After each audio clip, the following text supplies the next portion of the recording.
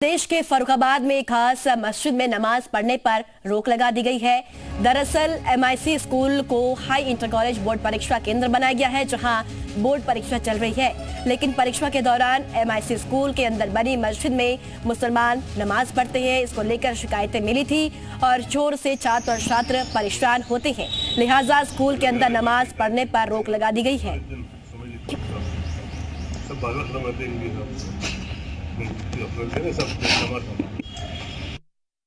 उसमें पांचों टाइम की नमाज तरावी होती चली आ रही है, लेकिन वहाँ के प्रधानाचार्य जी ने 24 तारीख को बरवली अवगत कराया कि यहाँ स्ट्रांग रूम बन गया, नमाज नहीं हो सकती। तो इस संदर्भ में परसों तरावी हुई भी पहली वहाँ पे, तो शहर कोतवाल आए, जब नमाज पढ़ के हम लोग निकले, बोले ऐसा करिए आप लोग DM साहब से 2 लाइन का एक आदेश ले आइए, मुझे कोई आपत्ति नहीं। तो उसी संदर्भ में आज हम लोग यहाँ मिले थे आगे DM साहब से।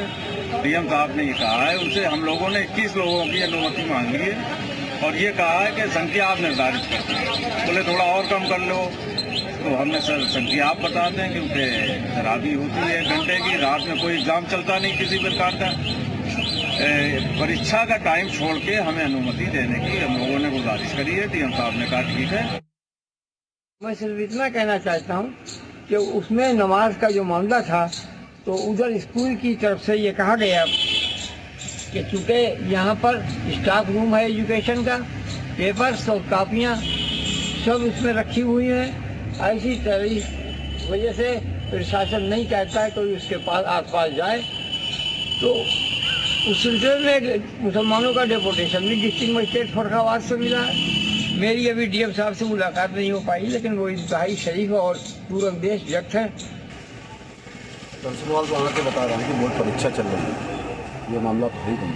लेकिन दूसरी चीज़, हमेशा शुरू से ही लोग वहाँ पर नमाज पढ़ते रहे और पावन महीना रमज़ान का महीना चल रहा है, इस समय नमाज पढ़ना भी जरूरी है वहाँ पर, और धार्मिक स्थान है इन 3 लोगों का, तो वहाँ नमाज पढ़ना जरूरी है। और DM साहब से अनुरोध है कि कुछ व्यवस्था करें, उनको नमाज पढ़ने की अनुमति।